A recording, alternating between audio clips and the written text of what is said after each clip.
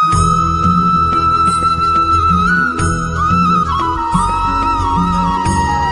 শুকনো পাতাটিকে দেখুন, নিষ্প্রাণ হয়ে পড়েছে। কোনো একটা সময় এই পাতাটি একটা গাছের ডালে ছিল। সেই গাছ ওর লালন পালন করত। যখন যখন বাতাস বইত, এই পাতায় কম্পন দেখা দিত, মনকে প্রফুল্ল করে তুলত।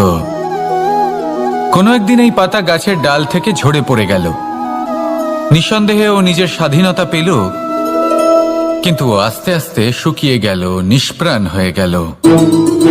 দেখুন, আমি এই কথা বলছি না যে স্বাধীনতা অনুচিত, কখনোই না।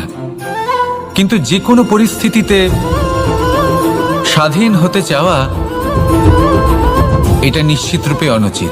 আমরা যদি আমাদের জীবনে পরিবারের গুরুত্ব ভেবে দেখি, তাহলে এই পরিবারে যতই মতভেদ থাকুক না কেন, যতই মনোমালিন্য থাকুক না কেন, যতই বিবাদ থাকুক না কেন, এই সব মিটিয়ে নেওয়া অত্যন্ত প্রয়োজনীয়।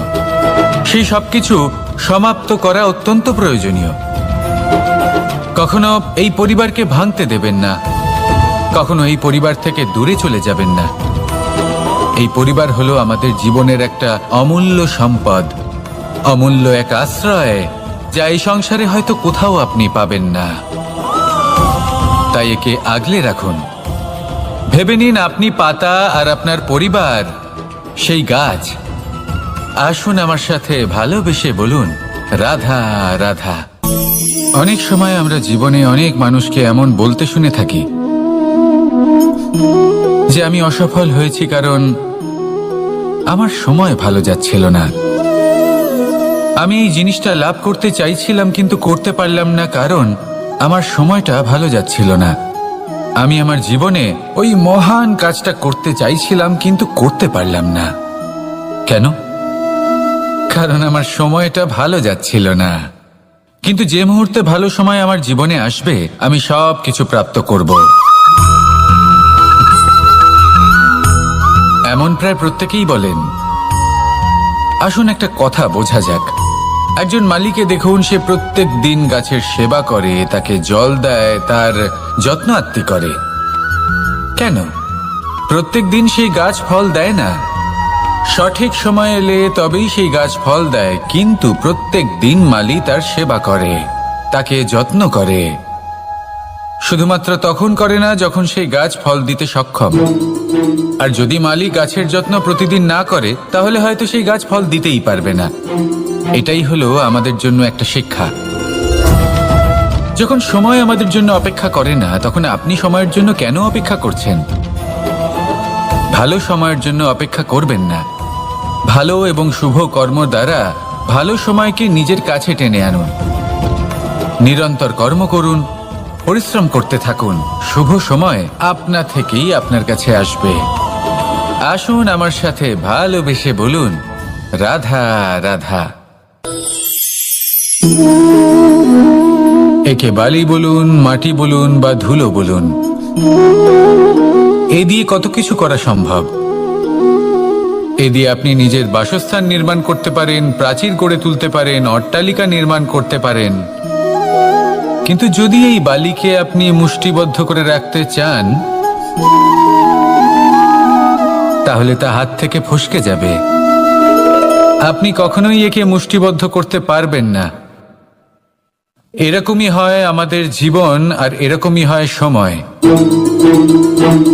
এই মুষ্টিবদ্ধ করা বালির মতো। সময়কে আমরা বাধা দিতে পারবো না, আটকেও রাখতে পারবো না।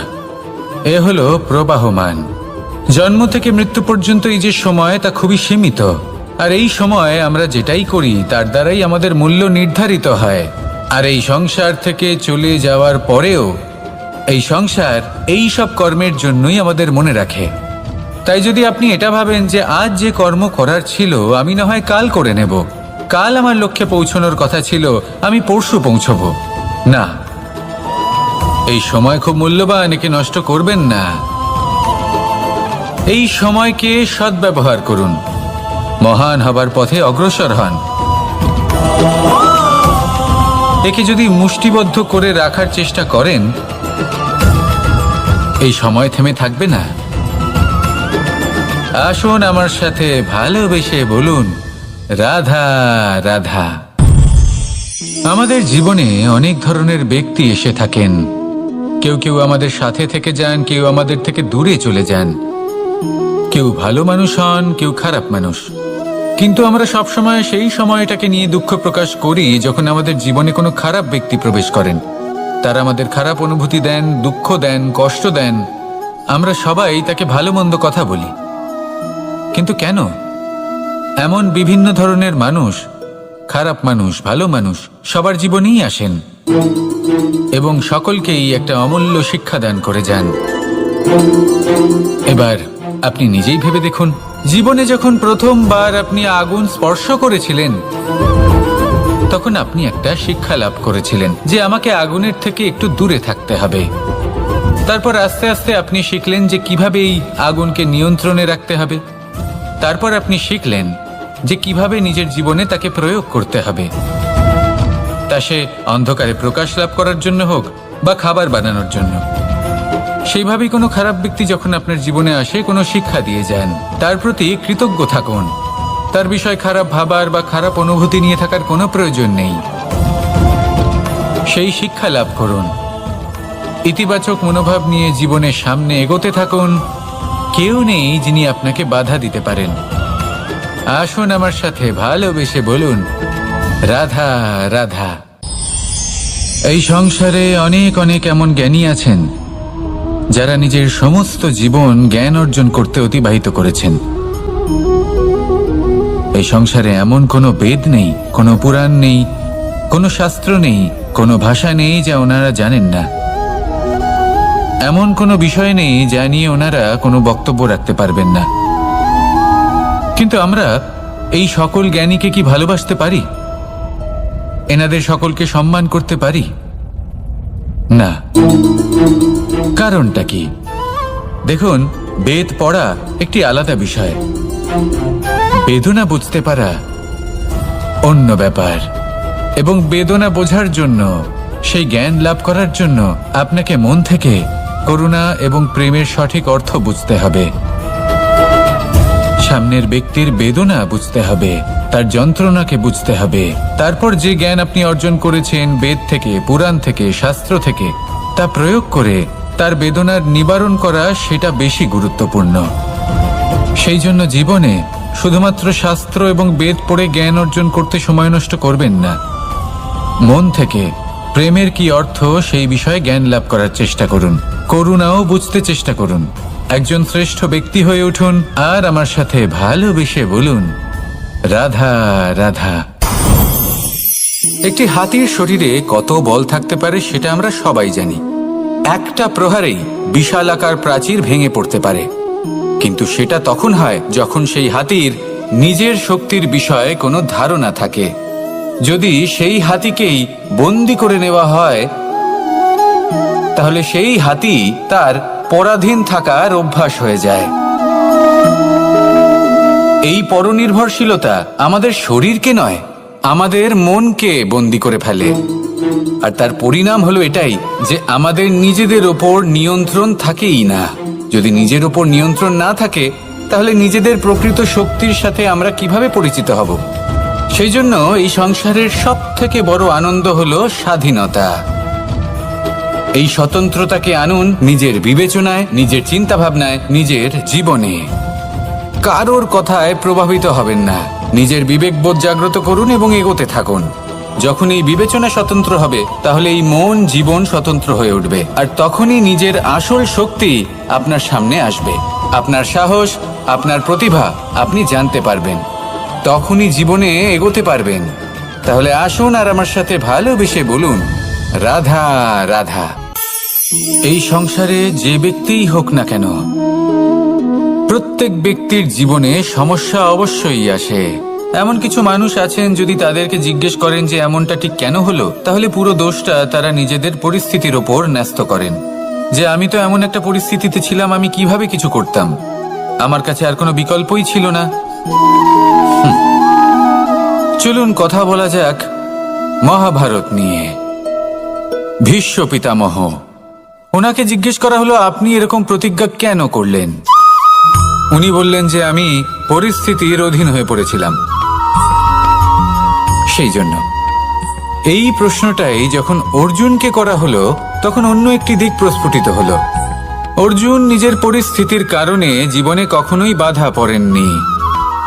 তিনি সিদ্ধান্ত নিয়েছিলেন সংঘর্ষ করার, সংসারের নিয়মের বিরুদ্ধাচারণ করার। এই সংসারে আপনি যা কিছুই হয়ে উঠতে পারেন, তার সমগ্র শ্রেয় শুধুমাত্র আপনার পরিস্থিতির ওপর চাপিয়ে দেওয়া যায় না।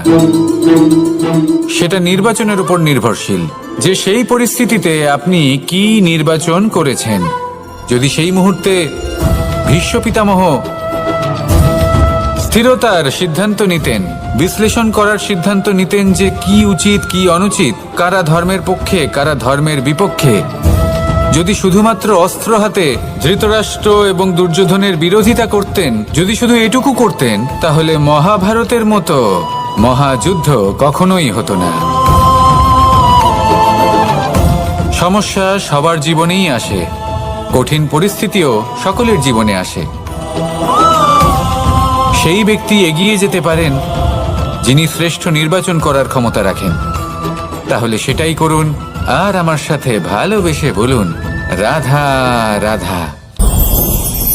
রাধা কখনো কখনো আমার জন্য বড়ই সুগন্ধি আতর নিয়ে আসে, পারিজাত ফুলের মালা নিয়ে আসে আমার প্রসাধন করবে বলে, এবং আমার সব থেকে বেশি প্রিয় মাখন নিজে হাতে বানিয়ে আনে আমাকে নিজে হাতে খাইয়ে দেবে বলে, সবকিছু আমাকে প্রসন্ন করবে বলে। কিন্তু আপনি কখনো ভেবেছেন যে এই আতর কিভাবে বানানো হয়? সহস্র ফুলের পাপড়ি একসাথে পিষে নিতে হয়, তারপরে তার থেকে যে রস নিঃসৃত হয় সেই রস দ্বারাই আতর তৈরি হয়। অনেক সংখ্যক ফুলকে অসীম যন্ত্রণা ভোগ করতে হয়, তবে তারা আমার প্রসাধন সামগ্রী হয়ে উঠতে পারে। দুধ থেকে মাখন তৈরি করার জন্য কতটা পরিমাণ মন্থন সহ্য করতে হয় সেটা আপনি জানেন। ঠিক সেই রকমই হলো আমাদের জীবনও। বিপদও আসে, কঠিন পরিস্থিতিও আসে, এর সম্মুখীন হতে শিখুন। মনে রাখবেন, আপনি হলেন সেই দুধ যাকে মন্থন সহ্য করতে হবে মাখন হয়ে ওঠার জন্য। মনে রাখবেন, আপনি হলেন সেই ফুলের মতন যাদের পিষ্ট হতে হবে সুগন্ধি আতর হয়ে ওঠার জন্য, যাকেই সংসার পছন্দ করে। কখনো কখনো জীবনে আপনার সাথে খারাপ শুধুমাত্র এই কারণে ঘটে যাতে আপনার শ্রেষ্ঠ রূপ এই সংসারের সামনে আসতে পারে।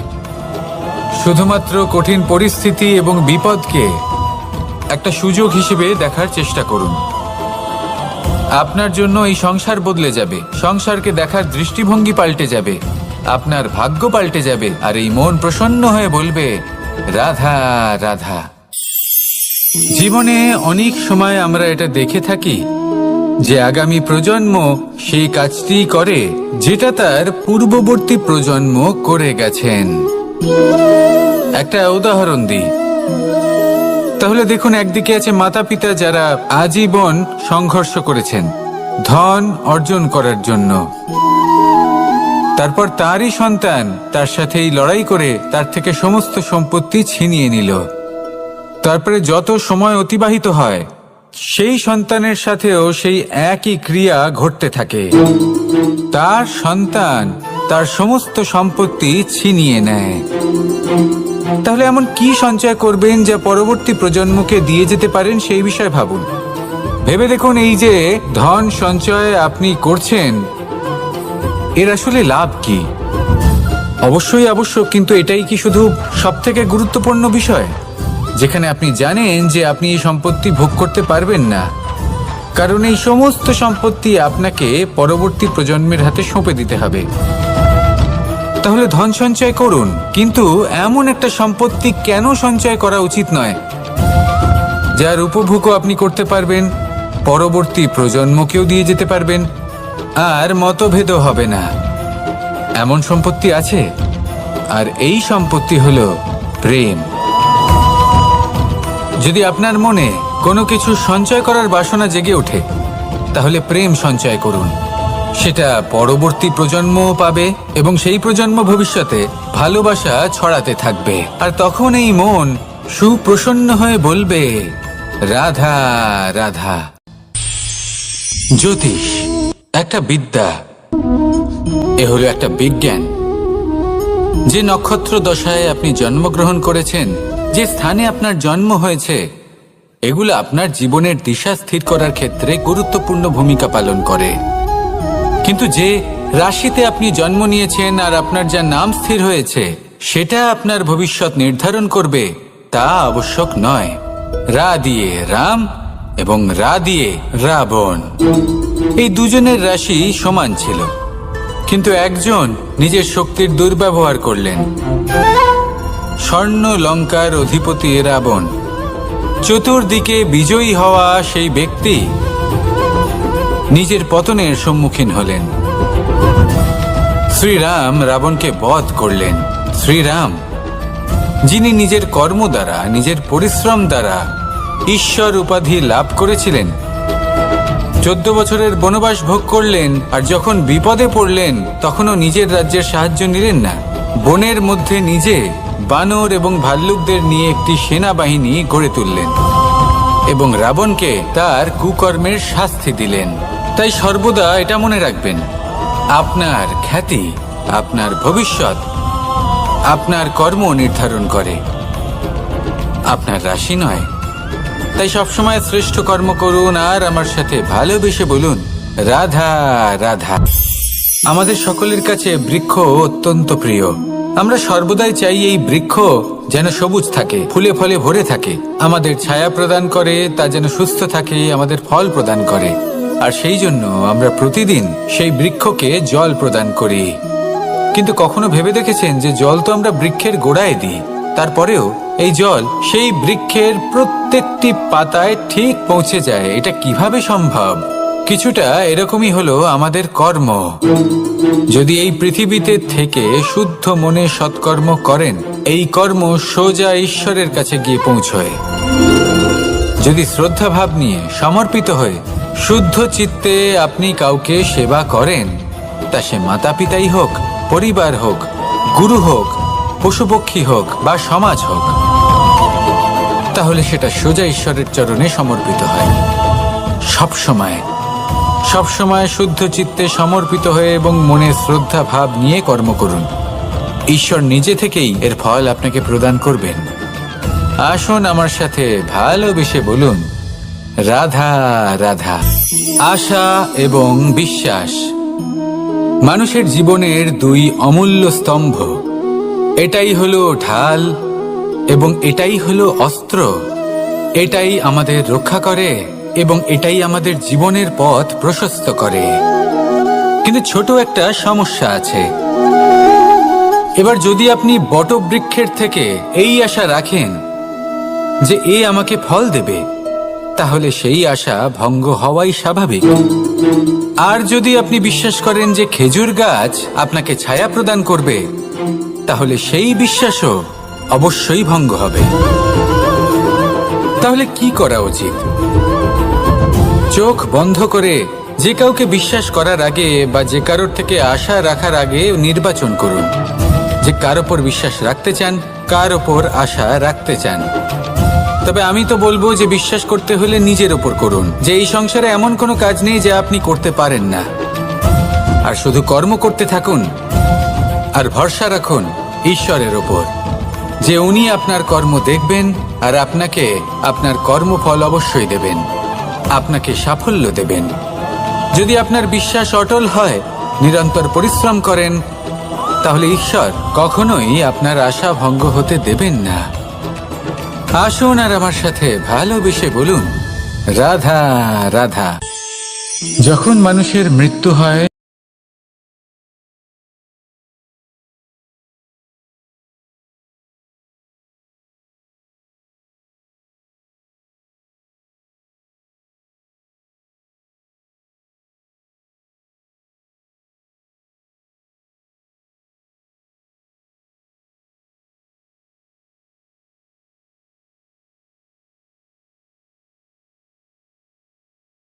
চাই আপনি এই সংসারে কি অর্জন করেছেন? ধন, সম্পত্তি, বস্ত্র, আভূষণ।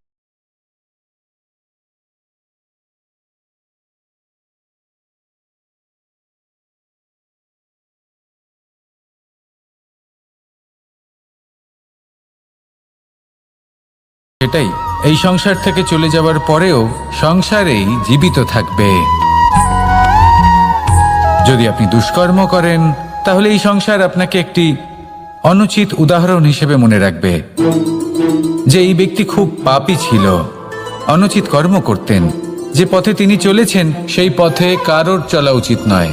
সেখানেই যদি আপনি সৎকর্ম করেন তাহলে সংসার চিরকাল এটাই বলবে যে খুব ভালো মানুষ ছিলেন, সবাইকে ভালোবাসতেন, সবাইকে সাহায্য করতেন, আমার খুব প্রিয় মানুষ ছিলেন। এটাই হলো শ্রেষ্ঠ কর্ম। সেই জন্য জীবনে শুধুমাত্র ধন সম্পত্তি আভূষণ এই সব অর্জন করতে গিয়ে নিজের মনোনিবেশ করবেন না। শ্রেষ্ঠ কর্ম করুন। সংসার থেকে চলে যাওয়ার পরেও এই কর্মই এই সংসারে আপনাকে জীবিত রাখবে। আসুন আমার সাথে ভালোবেসে বলুন, রাধা রাধা। কখনো কখনো অন্ধকারের সাথে লড়াই করার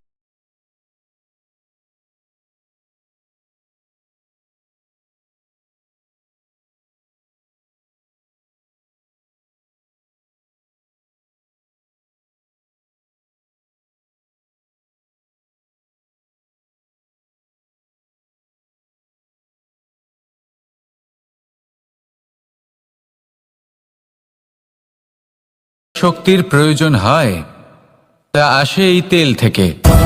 যদি এই তেল সমাপ্ত হয়ে যায় তাহলে এই প্রকাশ তাও সমাপ্ত হয়ে যায়। আর আমাদের জীবনে এই তেল হলো আমাদের কর্ম, আর এই আগুন আর এর দ্বারা উৎপন্ন হওয়া প্রকাশ আমাদের ভাগ্য। যত আমাদের কর্ম ক্ষীণ হতে থাকবে, আমাদের ভাগ্য সৌভাগ্য কোথাও না কোথাও লুপ্ত হয়ে যাবে। যে উজ্জ্বল ভবিষ্যৎ আমরা চাইছি তা কখনো লাভ করতে পারবো না যদি কর্ম না করি। ঠিক যেমন তেল ছাড়া অগ্নি উৎপন্ন হয় না, তেমনি কর্ম ছাড়া সৌভাগ্য হয় না। আর যেমন কর্ম তেমন ভাগ্য। তাই সবসময় কর্ম করতে থাকুন, কর্ম করা থামাবেন না।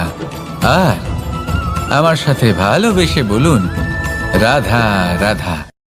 এই শুকনো পাতাটিকে দেখুন, নিষ্প্রাণ হয়ে পড়েছে। কোনো একটা সময় এই পাতাটি একটা গাছের ডালে ছিল। সেই গাছ ওর লালন পালন করত।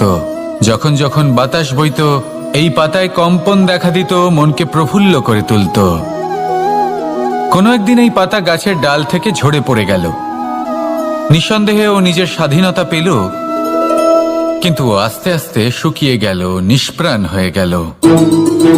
দেখুন, আমি এই কথা বলছি না যে স্বাধীনতা অনুচিত, কখনোই না।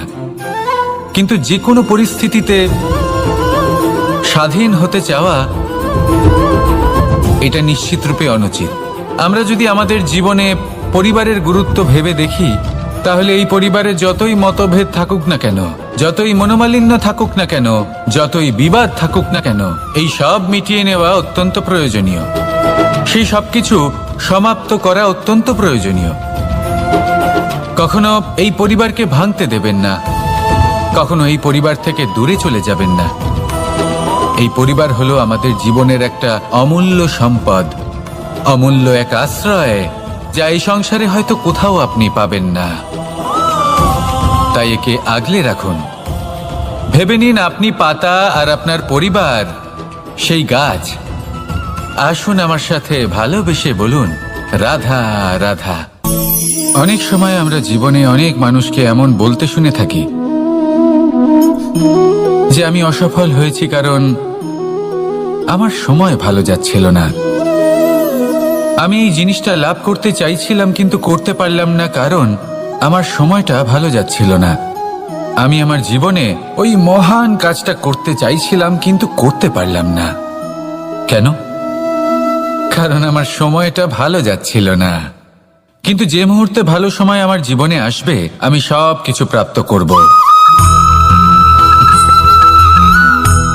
এমন প্রায় প্রত্যেকেই বলেন। আসুন একটা কথা বোঝা যাক। একজন মালিকে দেখুন, সে প্রত্যেক দিন গাছের সেবা করে, তাকে জল দেয়, তার যত্ন আত্তি করে। কেন? প্রত্যেক দিন সেই গাছ ফল দেয় না। সঠিক সময় এলে তবেই সেই গাছ ফল দেয়, কিন্তু প্রত্যেক দিন মালি তার সেবা করে, তাকে যত্ন করে। শুধুমাত্র তখন করে না যখন সেই গাছ ফল দিতে সক্ষম। আর যদি মালি গাছের যত্ন প্রতিদিন না করে তাহলে হয়তো সেই গাছ ফল দিতেই পারবে না। এটাই হলো আমাদের জন্য একটা শিক্ষা। যখন সময় আমাদের জন্য অপেক্ষা করে না, তখন আপনি সময়ের জন্য কেন অপেক্ষা করছেন? ভালো সময়ের জন্য অপেক্ষা করবেন না। ভালো এবং শুভ কর্ম দ্বারা ভালো সময়কে নিজের কাছে টেনে আনুন। নিরন্তর কর্ম করুন, পরিশ্রম করতে থাকুন। শুভ সময় আপনা থেকেই আপনার কাছে আসবে। আসুন আমার সাথে ভালোবেসে বলুন, রাধা রাধা। একে বালি বলুন, মাটি বলুন বা ধুলো বলুন, এ দিয়ে কত কিছু করা সম্ভব। এ দিয়ে আপনি নিজের বাসস্থান নির্মাণ করতে পারেন, প্রাচীর গড়ে তুলতে পারেন, অট্টালিকা নির্মাণ করতে পারেন। কিন্তু যদি এই বালিকে আপনি মুষ্টিবদ্ধ করে রাখতে চান, তাহলে তা হাত থেকে ফসকে যাবে। আপনি কখনোই একে মুষ্টিবদ্ধ করতে পারবেন না। এরকমই হয় আমাদের জীবন, আর এরকমই হয় সময়। এই মুষ্টিবদ্ধ করা বালির মতো। সময়কে আমরা বাধা দিতে পারবো না, আটকেও রাখতে পারবো না। এ হলো প্রবাহমান। জন্ম থেকে মৃত্যু পর্যন্ত এই যে সময়, তা খুবই সীমিত। আর এই সময় আমরা যেটাই করি তার দ্বারাই আমাদের মূল্য নির্ধারিত হয়। আর এই সংসার থেকে চলে যাওয়ার পরেও এই সংসার এই সব কর্মের জন্যই আমাদের মনে রাখে। তাই যদি আপনি এটা ভাবেন যে আজ যে কর্ম করার ছিল আমি না হয় কাল করে নেব, কাল আমার লক্ষ্যে পৌঁছানোর কথা ছিল আমি পরশু পৌঁছবো, না, এই সময় খুব মূল্যবান, একে নষ্ট করবেন না। এই সময়কে সদ্ব্যবহার করুন, মহান হবার পথে অগ্রসর হন। একে যদি মুষ্টিবদ্ধ করে রাখার চেষ্টা করেন, এই সময় থেমে থাকবে না। আসুন আমার সাথে ভালোবেসে বলুন, রাধা রাধা। আমাদের জীবনে অনেক ধরনের ব্যক্তি এসে থাকেন। কেউ কেউ আমাদের সাথে থেকে যান, কেউ আমাদের থেকে দূরে চলে যান। কেউ ভালো মানুষ হন, কেউ খারাপ মানুষ। কিন্তু আমরা সবসময় সেই সময়টাকে নিয়ে দুঃখ প্রকাশ করি যখন আমাদের জীবনে কোনো খারাপ ব্যক্তি প্রবেশ করেন। তারা আমাদের খারাপ অনুভূতি দেন, দুঃখ দেন, কষ্ট দেন। আমরা সবাই তাকে ভালো মন্দ কথা বলি। কিন্তু কেন? এমন বিভিন্ন ধরনের মানুষ, খারাপ মানুষ, ভালো মানুষ, সবার জীবনেই আসেন এবং সকলকেই একটা অমূল্য শিক্ষা দান করে যান। এবার আপনি নিজেই ভেবে দেখুন, জীবনে যখন প্রথমবার আপনি আগুন স্পর্শ করেছিলেন, তখন আপনি একটা শিক্ষা লাভ করেছিলেন যে আমাকে আগুনের থেকে একটু দূরে থাকতে হবে। তারপর আস্তে আস্তে আপনি শিখলেন যে কিভাবে এই আগুনকে নিয়ন্ত্রণে রাখতে হবে। তারপর আপনি শিখলেন যে কিভাবে নিজের জীবনে তাকে প্রয়োগ করতে হবে, তা সে অন্ধকারে প্রকাশ লাভ করার জন্য হোক বা খাবার বানানোর জন্য। সেইভাবেই কোনো খারাপ ব্যক্তি যখন আপনার জীবনে আসে, কোনো শিক্ষা দিয়ে যান, তার প্রতি কৃতজ্ঞ থাকুন। তার বিষয় খারাপ ভাবার বা খারাপ অনুভূতি নিয়ে থাকার কোনো প্রয়োজন নেই। সেই শিক্ষা লাভ করুন, ইতিবাচক মনোভাব নিয়ে জীবনের সামনে এগোতে থাকুন। কেউ নেই যিনি আপনাকে বাধা দিতে পারেন। আসুন আমার সাথে ভালোবেসে বলুন, রাধা রাধা। এই সংসারে অনেক অনেক এমন জ্ঞানী আছেন যারা নিজের সমস্ত জীবন জ্ঞান অর্জন করতে অতিবাহিত করেছেন। এই সংসারে এমন কোনো বেদ নেই, কোনো পুরাণ নেই, কোনো শাস্ত্র নেই, কোনো ভাষা নেই যা ওনারা জানেন না। এমন কোনো বিষয় নেই যা নিয়ে ওনারা কোনো বক্তব্য রাখতে পারবেন না। কিন্তু আমরা এই সকল জ্ঞানীকে কি ভালোবাসতে পারি? এনাদের সকলকে সম্মান করতে পারি না। কারণটা কি? দেখুন, বেদ পড়া একটি আলাদা বিষয়, বেদনা বুঝতে পারা অন্য ব্যাপার। এবং বেদনা বোঝার জন্য, সেই জ্ঞান লাভ করার জন্য আপনাকে মন থেকে করুণা এবং প্রেমের সঠিক অর্থ বুঝতে হবে। সামনের ব্যক্তির বেদনা বুঝতে হবে, তার যন্ত্রণাকে বুঝতে হবে। তারপর যে জ্ঞান আপনি অর্জন করেছেন বেদ থেকে, পুরাণ থেকে, শাস্ত্র থেকে, তা প্রয়োগ করে তার বেদনার নিবারণ করা, সেটা বেশি গুরুত্বপূর্ণ। সেই জন্য জীবনে শুধুমাত্র শাস্ত্র এবং বেদ পড়ে জ্ঞান অর্জন করতে সময় নষ্ট করবেন না। মন থেকে প্রেমের কি অর্থ সেই বিষয়ে জ্ঞান লাভ করার চেষ্টা করুন, করুণাও বুঝতে চেষ্টা করুন। একজন শ্রেষ্ঠ ব্যক্তি হয়ে উঠুন আর আমার সাথে ভালোবেসে বলুন, রাধা রাধা। একটি হাতির শরীরে কত বল থাকতে পারে সেটা আমরা সবাই জানি। একটা প্রহারেই বিশালাকার প্রাচীর ভেঙে পড়তে পারে, কিন্তু সেটা তখন হয় যখন সেই হাতির নিজের শক্তির বিষয়ে কোনো ধারণা থাকে। যদি সেই হাতিকেই বন্দি করে নেওয়া হয় তাহলে সেই হাতি তার পরাধীন থাকার অভ্যাস হয়ে যায়। এই পরনির্ভরশীলতা আমাদের শরীরকে নয়, আমাদের মনকে বন্দি করে ফেলে। আর তার পরিণাম হলো এটাই যে আমাদের নিজেদের ওপর নিয়ন্ত্রণ থাকেই না। যদি নিজের ওপর নিয়ন্ত্রণ না থাকে তাহলে নিজেদের প্রকৃত শক্তির সাথে আমরা কিভাবে পরিচিত হব? সেই জন্য এই সংসারের সব থেকে বড় আনন্দ হলো স্বাধীনতা। এই স্বতন্ত্রতাকে আনুন নিজের বিবেচনায়, নিজের চিন্তা ভাবনায়, নিজের জীবনে। কারোর কথায় প্রভাবিত হবেন না। নিজের বিবেকবোধ জাগ্রত করুন এবং এগোতে থাকুন। যখন এই বিবেচনা স্বতন্ত্র হবে তাহলে এই মন জীবন স্বতন্ত্র হয়ে উঠবে, আর তখনই নিজের আসল শক্তি আপনার সামনে আসবে। আপনার সাহস, আপনার প্রতিভা আপনি জানতে পারবেন, তখনই জীবনে এগোতে পারবেন। তাহলে আসুন আর আমার সাথে ভালোবেসে বলুন, রাধা রাধা। এই সংসারে যে ব্যক্তিই হোক না কেন, প্রত্যেক ব্যক্তির জীবনে সমস্যা অবশ্যই আসে। এমন কিছু মানুষ আছেন, যদি তাদেরকে জিজ্ঞেস করেন যে এমনটা ঠিক কেন হলো, তাহলে পুরো দোষটা তারা নিজেদের পরিস্থিতির ওপর ন্যস্ত করেন। যে আমি তো এমন একটা পরিস্থিতিতে ছিলাম, আমি কিভাবে কিছু করতাম, আমার কাছে আর কোনো বিকল্পই ছিল না। চলুন কথা বলা যাক মহাভারত নিয়ে। ভীষ্ম পিতামহ, ওনাকে জিজ্ঞেস করা হলো আপনি এরকম প্রতিজ্ঞা কেন করলেন? উনি বললেন যে আমি পরিস্থিতির অধীন হয়ে পড়েছিলাম, সেই জন্য। এই প্রশ্নটাই যখন অর্জুনকে করা হলো তখন অন্য একটি দিক প্রস্ফুটিত হলো। অর্জুন নিজের পরিস্থিতির কারণে জীবনে কখনোই বাধা পড়েননি। তিনি সিদ্ধান্ত নিয়েছিলেন সংঘর্ষ করার, সংসারের নিয়মের বিরুদ্ধাচারণ করার। এই সংসারে আপনি যা কিছুই হয়ে উঠতে পারেন তার সমগ্র শ্রেয় শুধুমাত্র আপনার পরিস্থিতির ওপর চাপিয়ে দেওয়া যায় না। সেটা নির্বাচনের উপর নির্ভরশীল যে সেই পরিস্থিতিতে আপনি কি নির্বাচন করেছেন। যদি সেই মুহূর্তে ভীষ্ম পিতামহ স্থিরতার সিদ্ধান্ত নিতেন, বিশ্লেষণ করার সিদ্ধান্ত নিতেন যে কি উচিত কি অনুচিত, কারা ধর্মের পক্ষে কারা ধর্মের বিপক্ষে, যদি শুধুমাত্র অস্ত্র হাতে ধৃতরাষ্ট্র এবং দুর্যোধনের বিরোধিতা করতেন, যদি শুধু এটুকু করতেন, তাহলে মহাভারতের মতো মহাযুদ্ধ কখনোই হতো না। সমস্যা সবার জীবনেই আসে, কঠিন পরিস্থিতিও সকলের জীবনে আসে। সেই ব্যক্তি এগিয়ে যেতে পারেন যিনি শ্রেষ্ঠ নির্বাচন করার ক্ষমতা রাখেন। তাহলে সেটাই করুন আর আমার সাথে ভালোবেসে বলুন, রাধা রাধা। রাধা কখনো কখনো আমার জন্য বড়ই সুগন্ধি আতর নিয়ে আসে, পারিজাত ফুলের মালা নিয়ে আসে আমার প্রসাধন করবে বলে, এবং আমার সব থেকে বেশি প্রিয় মাখন নিজে হাতে বানিয়ে আনে আমাকে নিজে হাতে খাইয়ে দেবে।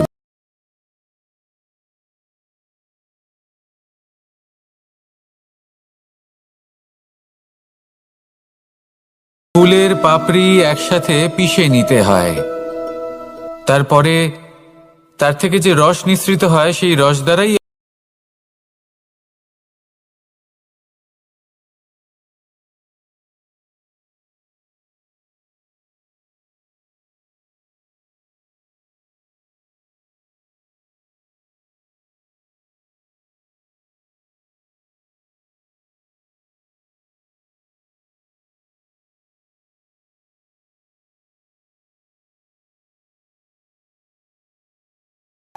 মনে রাখবেন, আপনি হলেন সেই দুধ যাকে মন্থন সহ্য করতে হবে মাখন হয়ে ওঠার জন্য।